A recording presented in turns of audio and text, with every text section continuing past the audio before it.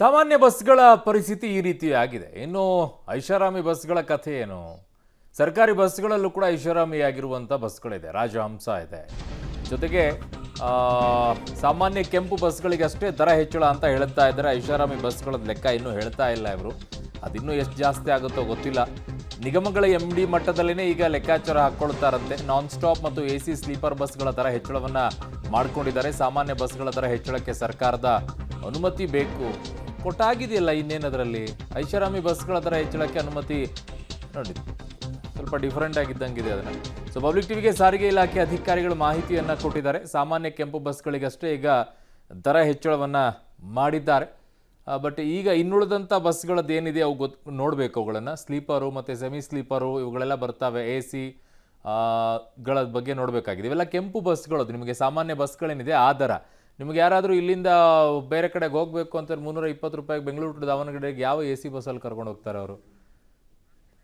ನನ್ನ ಸಹೋದ್ಯೋಗಿ ಈಗ ಮಾರುತಿ ನನ್ನ ಸಂಪರ್ಕಕ್ಕೆ ಸಿಗ್ತಾ ಇದ್ದಾರೆ. ಮಾರುತಿ, ಈಗ ಸರ್ಕಾರ ಬಿಡುಗಡೆ ಮಾಡಿರುವಂಥದ್ದು ಸಾಮಾನ್ಯ ಕೆಂಪು ಬಸ್ಗಳೇನಿದ್ದಾವೆ ಆ ಬಸ್ಗಳ ದರವನ್ನು ಬಿಡುಗಡೆ ಮಾಡಿದ್ದಾರೆ. ಬಟ್ AC ಜೊತೆಗೆ ಸೆಮಿ ಸ್ಲೀಪರು, ಅದ್ರ ಜೊತೆಗೆ ಐಷಾರಾಮಿ ಆಗಿರುವಂಥ ಬಸ್ಗಳೇನಿದೆ ರಾಜಹಂಸ, ಇವೆಲ್ಲ ಹೇಗೆ, ಅವುಗಳ ಪ್ರೈಸ್ ಏನು, ಅದನ್ನು ಇವತ್ತೇ ನಿರ್ಧಾರ ಮಾಡ್ತಾರೆ ಅಥವಾ ಇಲ್ವಾ?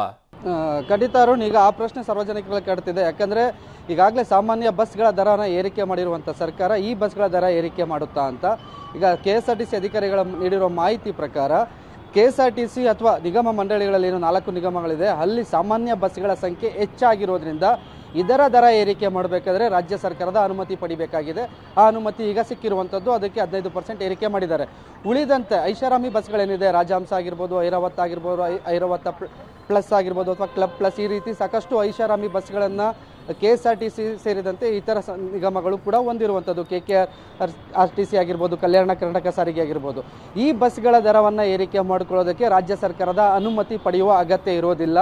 ನಿಗಮ ಮಂಡಳಿಗಳ ಅಧ್ಯಕ್ಷರೇ ಅಥವಾ MDಗಳೇ ಇದರ ದರವನ್ನು ಏರಿಕೆ ಆಗಿಂದಾಗೆ ಮಾಡ್ತಿದ್ದಾರೆ. ಅಂದರೆ ಬಸ್ಗಳ ಸಂಖ್ಯೆ ಕಡಿಮೆ ಇರೋದ್ರಿಂದ ಈ ಬಸ್ಗಳ ದರವನ್ನು ಅಂದರೆ ಆಗಿಂದಾಗೆ 1 ವರ್ಷಕ್ಕೋ ಅಥವಾ 2 ವರ್ಷಕ್ಕೋ ಆಗಿಂದಾಗೆ ಏರಿಕೆ ಮಾಡ್ತಿರೋ ಕಾರಣದಿಂದ ಈಗ ಸದ್ಯಕ್ಕೆ ಏನು ರಾಜ್ಯ ಸರ್ಕಾರ ಇವತ್ತು ರಾತ್ರಿಯಿಂದ ಏನು ಹೊಸ ದರ ಜಾರಿಗೆ ಬರ್ತಿದೆ ಆ ದರದಲ್ಲಿ ಈ ಬಸ್ಗಳ ದರವನ್ನು ಏರಿಕೆ ಮಾಡ್ತಿಲ್ಲ. ಮುಂದೆ ಯಾವತ್ತಾರು ಮಾಡ್ಬೋದು, ಅದನ್ನು ಯಾವುದೇ ರೀತಿ ನೋಟಿಫಿಕೇಶನ್ ಕೊಡೋದಿಲ್ಲ. ಈಗ ಎಕ್ಸಾಂಪಲ್ ಕೊಟ್ಟು ಹೇಳೋದಾದರೆ ಬೆಂಗಳೂರು ಟು ಮಂಗಳೂರಿಗೆ ಸಾಮಾನ್ಯ ಬಸ್ ದರ 400 ರೂಪಾಯಿ ಏನಿದೆ ಅದರ ದರನ ಈಗ 460ಕ್ಕೆ ಏರಿಕೆ ಮಾಡಿದ್ದಾರೆ.